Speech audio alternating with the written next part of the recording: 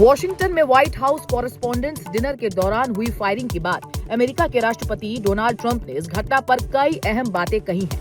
उन्होंने साफ किया है कि शुरुआती जानकारी के मुताबिक यह हमला किसी बड़े अंतर्राष्ट्रीय साजिश से जुड़ा नहीं लगता, बल्कि यह एक अकेले शख्स की हरकत हो सकती है। ट्रंप से जब पूछा गया कि क्या इस हमले का ईरान के साथ चल रहे तनाव से कोई संबंध है, तो उन्होंने कहा कि ऐसा नहीं लगता है। उन्होंने यह भी कहा कि जांच के बाद पूरी सच्चाई सामने आ जाएगी, लेकिन अभी तक के संकेत यही बताते हैं कि हमलावर अकेले ही काम कर रहा था।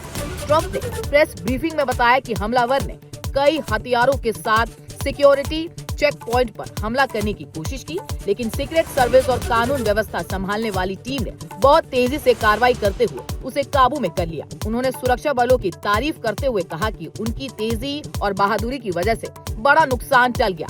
राष्ट्रपति ने यह भी कहा कि एक अधिकारी को गोली लगी है, लेकिन उसकी हालत ठीक बताई जा रही है। उन्होंने ये जानकारी दी गई कि संदिग्ध कैलिफोर्निया का रहने वाला है। ट्रंप से जब पूछा गया कि क्या इस घटना के बाद इंडोर इवेंट्स को लेकर सोच बदलने की जरूरत है, तो उन्होंने साफ कहा कि मैं ऐसा नहीं कर सकता। उन्होंने ये भी कहा कि जिस कमरे में कार्यक्रम हो रहा था वह काफी सुरक्षित था।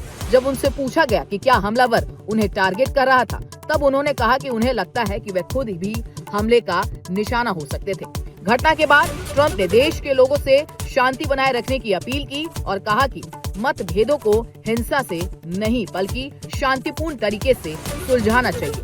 उन्होंने यह भी बताया कि पारदर्शिता बनाए रखने के लिए उन्होंने एक वीडियो जारी करने का आदेश दिया है, जिनमें हमलावरों की हरकतें और सुरक्षा एजेंसियों की कार्रवाई दिखाई गई है। फिलहाल मामले की जांच जारी है, लेकिन शुरुआती जानकारी के आधार पर इसे एक अकेले हमलावर की घटना मान रहे हैं।